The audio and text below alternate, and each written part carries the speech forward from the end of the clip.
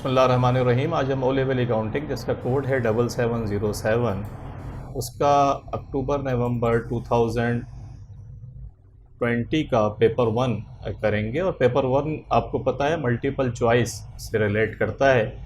Multiple choice का जो question है, जो पेपर आता है, वो बड़ा इम्पोर्टेंट है इस पॉइंट ऑफ व्यू से कि इसमें आलमोस्ट जो कुछ भी आपने पढ़ा है वो सब कहीं ना कहीं उसके जो कंसेप्ट्स हैं वो चेक हो रहे होते हैं इस पेपर के अंदर। और अगर इसके अंदर आपके कंसेप्ट्स की अप्लीकेबिलिटी आप ढंग से नहीं कर सकते तो ये जो चॉइसेस आपको दी हुई होती हैं 4, उसमें से एक चॉइस जो है वो करेक्ट होती है और 3 इनकरेक्ट होती हैं। अगर वो जो आपके कंसेप्ट हैं वो बेहतर नहीं है तो ये चॉइसेस इतनी सिमिलर होती हैं अपनी नेचर के अंदर कि बहुत ज़्यादा चांसेस हैं कि फिर आप इनकरेक्ट चॉइस जो है उसको टिक करेंगे और डेफिनेटली फिर एग्ज़ाम में जो आपके मार्क्स हैं वो नहीं आएंगे। तो इसकी जो बेस्ट तरीका होता है इसको करने का वो ये है कि आपने पढ़ा ढंग से हो और उसकी अप्लीकेबिलिटी यहाँ पर आ जाए। मैं ऑलरेडी, अगर आप समर 2020 का एमसीक्यूज़ पेपर मैंने रिकॉर्ड कराया हुआ है कराचीज एकेडमी के। अगर आप यूट्यूब चैनल पर जाएँ तो उसकी प्लेलिस्ट में एक फ़ोल्डर है, उसको देखें प्रैक्टिस के लिए। इसके अलावा पेपर 2 जो इस कैम्ब्रिज का अपना स्पेसिमेन पेपर है वो, और उसके अलावा समर 2017 तक के जो पेपर हैं वो सब पेपर 2 आपको मिलेंगे। तो अगर वो आप कर लेते हैं ढंग से और उसके बाद फिर यहाँ आते हैं और आपके जो कंसेप्ट हैं तो प्रोबेबली इंशाल्लाह आपकी समझ में भी आएगा और आप इसको बहुत अच्छे से करने की पोजीशन में होंगे। तो हम इसको शुरू करते हैं और देखते हैं कि क्या पूछता है। तो क्वेश्चन नंबर 1 ये कहता है, a trader prepare financial statement each year, कि ट्रेडर जो है फाइनेंशियल स्टेटमेंट हर साल बनाता है।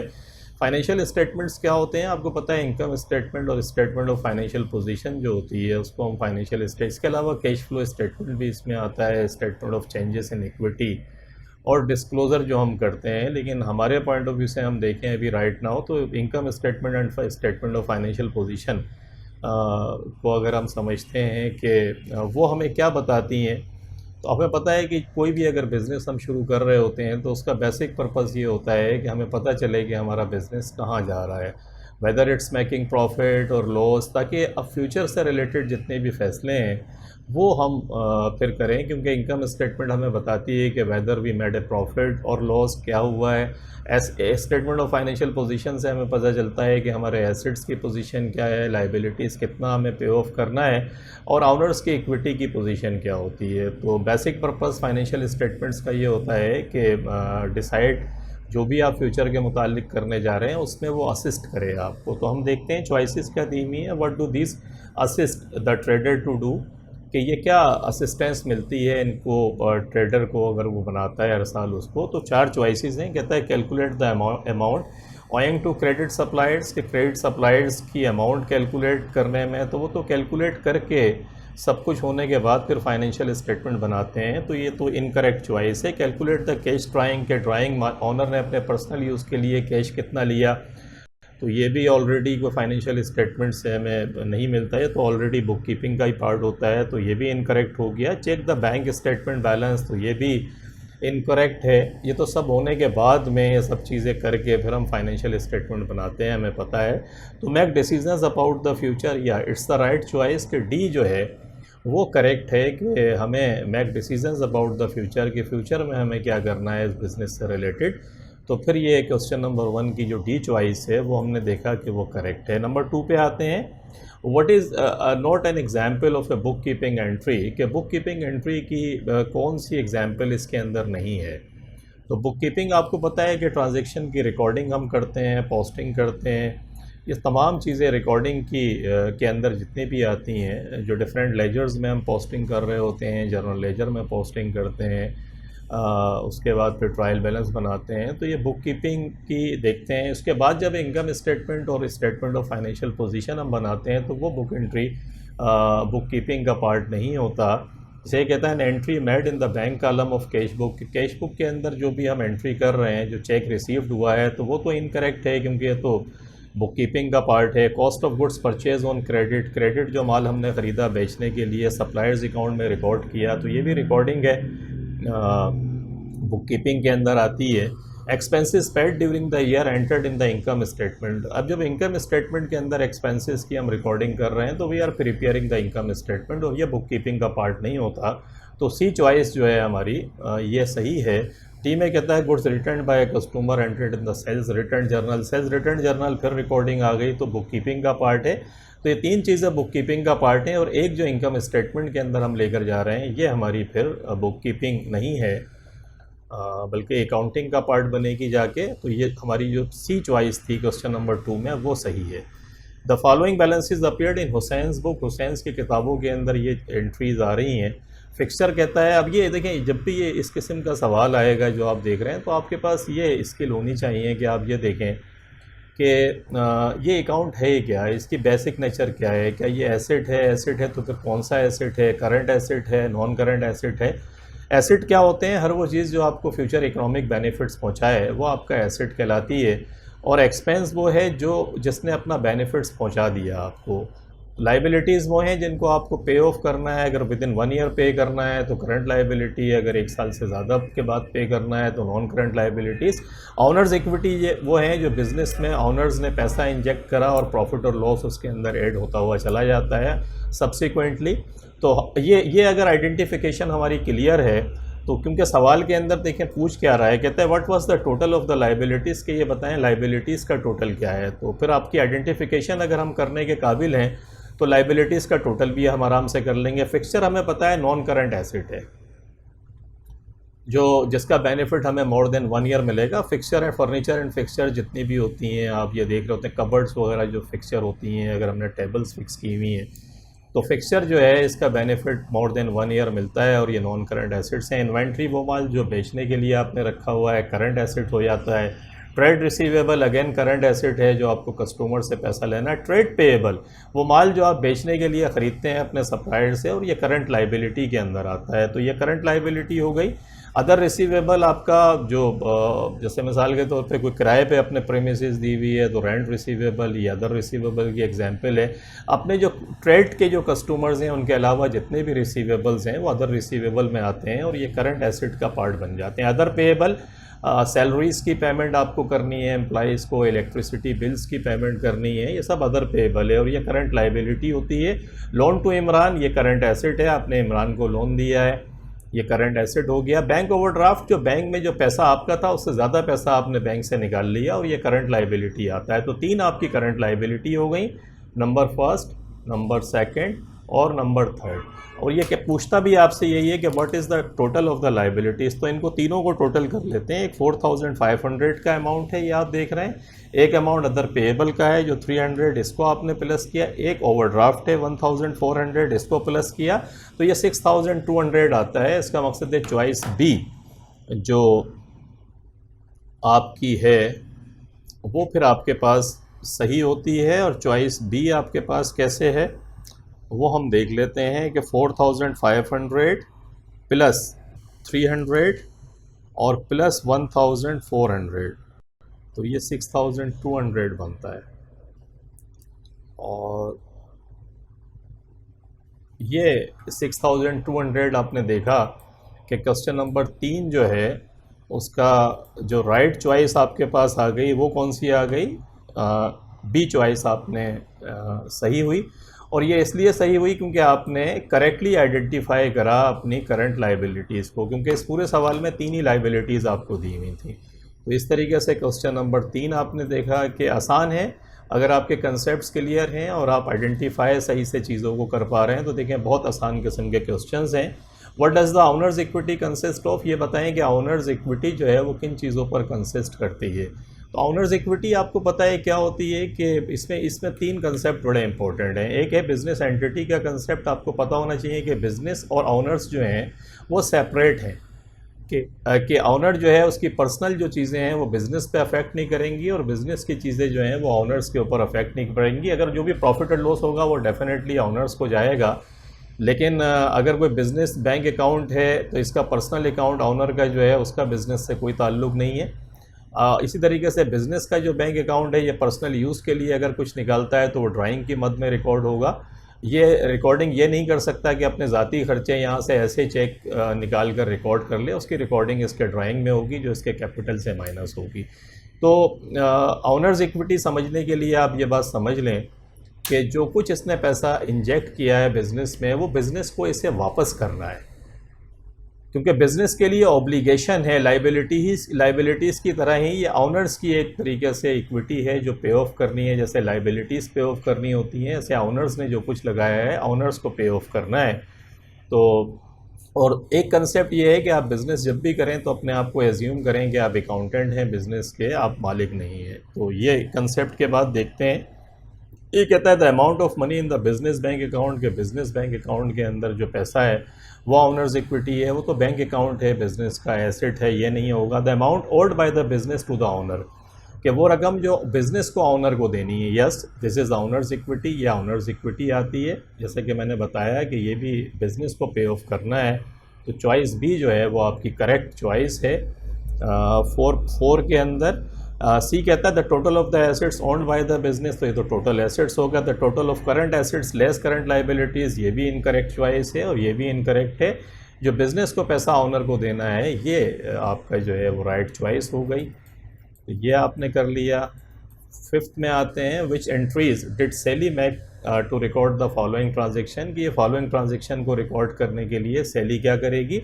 Rashid a credit customer return damage goods, के उसने रिटर्न करी हैं डैमेज गुड्स। तो जब वो रिटर्न डैमेज गुड्स करेगा कोई कस्टमर आपको, तो आप क्या एंट्री पास करते हैं, सेल्स रिटर्न्स को डेबिट कर देते हैं और राशिद का जो अकाउंट है वो क्रेडिट कर देंगे। तो एंट्रीज देख लें, अकाउंट टू बी डेबिटेड आपने देखा, सेल्स रिटर्न जो है उसको डेबिट करेंगे और राशिद जो है उसको क्रेडिट करेंगे। तो सी चॉइस जर्नल एंट्रीज़ अगर आपको आती है तो करेक्ट है। बाकी ये जो 3 चॉइसेस हैं, परचेज़ रिटर्न का ताल्लुक ही कोई नहीं है, राशिद को डेबिट नहीं होना है, क्रेडिट होना है, ये इनकरेक्ट हो गया। डी में राशिद डेबिट और सेल्स रिटर्न ये भी इनकरेक्ट हो गई। तो सेल्स रिटर्न डेबिट और राशिद के अकाउंट को आपने क्रेडिट कर दिया। तो 5th जो पार्ट है उसके अंदर सी आपका जो है वो सही हो गया। 6 में आते हैं, the following account appear in the books of मेरी, मेरी की किताबों के अंदर ये अकाउंट्स अपीयर्ड हो रहे हैं।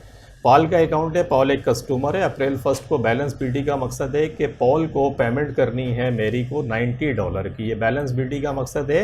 अकाउंट ट्रेड रिसीवेबल का debit BD balance debit side पर क्या शो करता है कि ये पैसा मेरी को रिसीव करना है पॉल से, या दूसरे मायनों में पॉल को पे करना है मेरी को। सेल्स देखें, सेल्स की वजह से पॉल का अकाउंट डेबिट का मकसद ये हुआ क्रेडिट सेल्स है कि पॉल के अकाउंट को डेबिट करके आपने सेल्स को क्रेडिट कर दी, इसीलिए देखें पॉल का अकाउंट डेबिट है। रिटर्न का मकसद क्या है कि रिटर्न को आपने डेबिट किया है और पॉल के अकाउंट को क्रेडिट किया, तो देखें ये क्रेडिट में लिखा हुआ नज़र आ रहा है। बैंक और डिस्काउंट की वजह से पॉल का अकाउंट क्रेडिट है और डिस्काउंट $2 का है, तो एंट्री क्या पास होगी, बैंक डेबिट $88 से, डिस्काउंट डेबिट $2 से और पॉल का अकाउंट क्रेडिट $100 से। तो ये बैलेंस डी $125 का है। आपसे पूछता क्या है, कहता है विच स्टेटमेंट इज़ करेक्ट, ये बताएं कौन सा स्टेटमेंट करेक्ट है। ऑन 1 अप्रैल पॉल और मेरी $90, कि पॉल को मेरी को $90 पे करने। यस, बिल्कुल हम देख कर आए कि अप्रैल 1 की पोजीशन यही है कि पॉल को मेरी को पे करने हैं $90, तो जो चॉइस ए है वो करेक्ट है। हम भी देख लेते हैं। On 14 April Paul sold goods $150 to Mary, ये तो बिल्कुल गलत है क्योंकि पॉल ने नहीं बेचा, मेरी ने माल बेचा है पॉल को। ऑन 21 अप्रैल मेरी रिटर्न गुड्स, मेरी ने रिटर्न नहीं करी, पॉल ने रिटर्न करी है, तो ये भी इनकरेक्ट हो गया। ऑन 30 अप्रैल मेरी और पॉल $125, ये भी इनकरेक्ट है क्योंकि पॉल और टू मेरी है, पॉल और मेरी पॉल को पे करना है। तो ये 3 चॉइसेस इनकरेक्ट हैं और चॉइस ए जो है वो आपकी करेक्ट है। तो ये आपने देख लिया। 7 में आते हैं, in which sections of Zameer's ledger would the following accounts be maintained, के ज़मीर के लेजर में लेजर के अंदर कि कौन सा सेक्शन होगा लेजर का जहाँ पर ये चीज़ें रिकॉर्ड होंगी। तो एक तो सेल्स अकाउंट दे रहा है, एक accounts of Harjeet a trade receivable. तो देखिए सेल्स का जो अकाउंट होता है ये कहाँ पर लेजर होता है, इसके लिए नॉमिनल जर्नल लेजर के अंदर फिर हम इसकी एक तो स्पेशल इसका जर्नल बन रहा होता है, सेल्स लेजर जिसे हम कहते हैं। तो सेल्स लेजर के अंदर हम जाते हैं और फिर सेल्स लेजर के बाद में ये एंट्री जर्नल लेजर जिसको नॉमिनल लेजर भी कहते हैं उसके अंदर ये ट्रांसफ़र हो जाती है। और हरजीत क्योंकि एक कस्टमर है तो ये पर्सनल अकाउंट होता है और इसकी रिकॉर्डिंग सेल्स लेजर में होती है। सेल्स लेजर जो है वो ट्रेड रिसीवेबल के लिए इस्तेमाल करते हैं। तो हमने देखा कि सेल्स अकाउंट को हम जर्नल लेजर के अंदर, जर्नल लेजर या नॉमिनल लेजर में रिकॉर्ड करेंगे। और बाकी सेल्स लेजर। तो देखें ये बी चॉइस अगर आप देखें तो सेल्स अकाउंट आप ऊपर देख रहे होंगे, इसको नॉमिनल लेजर में रिकॉर्ड कर देंगे और हरजीत का अकाउंट जो है वो सेल्स लेजर। तो चॉइस बी जो है वो आपकी 7th के अंदर जो है वो करेक्ट चॉइस है। ये गलत है क्योंकि सेल्स अकाउंट तो सही लिख रहा है नॉमिनल लेजर, लेकिन ये परचेज लेजर नहीं सेल्स लेजर, तो ये इनकरेक्ट हो गया ये चॉइस। सी कहता है सेल्स अकाउंट परचेज लेजर में, तो ये तो वैसे ही इनकरेक्ट हो गई। और इसके बाद सेल्स अकाउंट कहता है सेल्स लेजर डेबिट होगा, तो ये भी गलत है। तो ये 3 आपकी जो है इनकरेक्ट हो गई। ए सी डी और बी जो चॉइस है आपकी 7 में वो करेक्ट चॉइस है। तो ये आपने इस तरीके से कर लिया। 8 में आ जाएँ, Sue allows 2% cash discount to credit customer who settle their account within 28 days. के सू जो है वो 2% कैश डिस्काउंट देगी अपने कस्टमर को जो 28 दिन के अंदर 28 डेज़ में अपने अकाउंट्स की पेमेंट कर देंगे। जैन परचेज गुड्स, जैन ने अशिया ख़रीदी, लिस्ट प्राइस $200 ऑन 10 सितंबर को उसने $200 का माल ख़रीदा।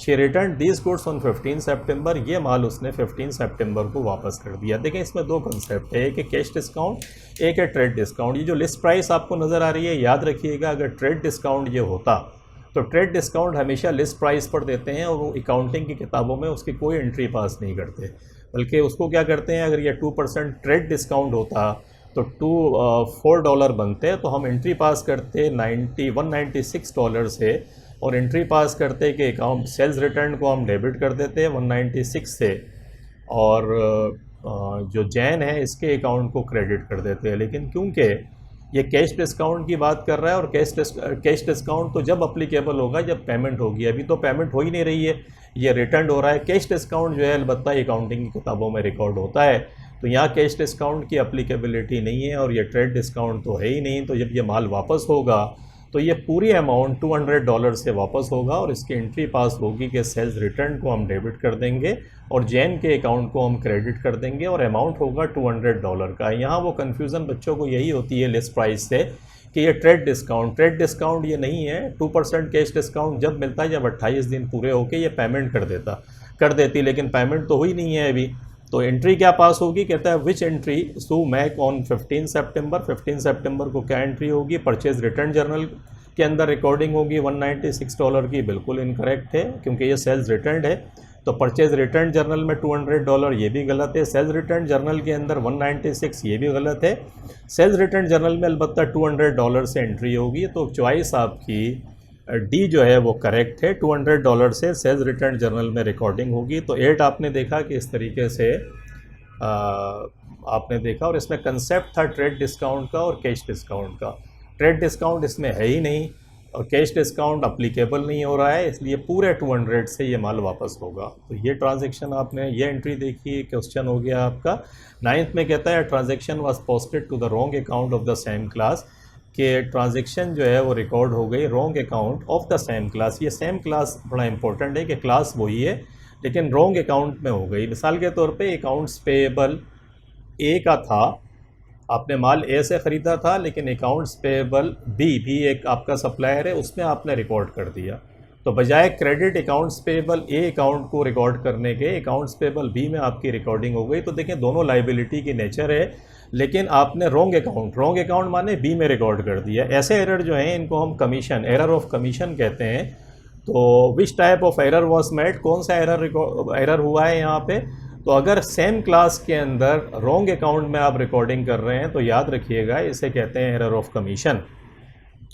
और एरर ऑफ कमीशन के ऊपर जो है एरर ऑफ कमीशन यहाँ पर रिकॉर्ड होगा। मेरे अगर कराचियंस एकेडमी के यूट्यूब चैनल की प्लेलिस्ट पर जाएं तो वहाँ पर करेक्शन ऑफ एरर्स से मैंने कुछ लेक्चर रिकॉर्ड करे हैं, 2-3 लेक्चर हैं। अगर आप जाकर देख लें तो ये तमाम एरर्स जो ओरिजिनल एंट्री, प्रिंसिपल, रिवर्सल, ये जो आप नज़र आ रहे हैं, ये मैंने बहुत डिटेल से सारे जितने भी एरर्स हैं, वो एरर्स जो ट्रायल बैलेंस को अफेक्ट करते हैं वो भी, और वो एरर्स जो ट्रायल बैलेंस को अफेक्ट नहीं करते वो भी, ये दोनों एरर्स मैंने रिकॉर्डिंग करवाई है और बहुत डिटेल से समझाया है। तो वो लेक्चर ज़रूर देखें जाके। मैं आपको यहाँ भी एक्सप्लेन कर सकता हूँ लेकिन मैं नहीं कर रहा हूँ। आई वुड इनकरेज कि आप वहाँ जाकर देखें क्योंकि ये सारे कंसेप्ट्स आपके और अच्छे से क्लियर हो जाएंगे। तो 10 के अंदर हम आते हैं। 10 में कहता है motor vehicle expense $50 were incorrectly debited to the motor vehicle account, कि मोटर एक्सपेंस अकाउंट जो था $50 का वो इनकरेक्टली आपने मोटर व्हीकल अकाउंट के अंदर, ये इसका मकसद है ये एक्सपेंस था जो आपने रिकॉर्ड करने के बजाय एसेट में रिकॉर्ड कर दी। तो ऐसे एरर्स को एरर्स ऑफ प्रिंसिपल कहते हैं कि यहाँ प्रिंसिपल ही मिस्टेक हो गई कि एक्सपेंस अकाउंट को डेबिट करना था, डेबिट कर दिया आपने एसेट अकाउंट को। तो अब इसको क्या करेंगे, which journal entry corrects this error, कि कौन सी जर्नल एंट्री इसको करेक्ट करेगी।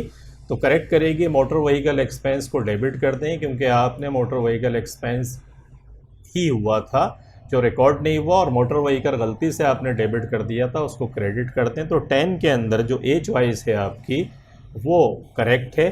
बाकी बी में मोटर व्हीकल को डेबिट कर रहा है, ये तो वैसे ही इनकरेक्ट हो गया। Motor vehicle expense debit, motor vehicle और सस्पेंस ये भी नहीं है, और सस्पेंस ये भी नहीं है। तो करेक्ट एंट्री क्या है, मोटर व्हीकल एक्सपेंस को डेबिट कर दें क्योंकि रिकॉर्ड नहीं हुआ है, और मोटर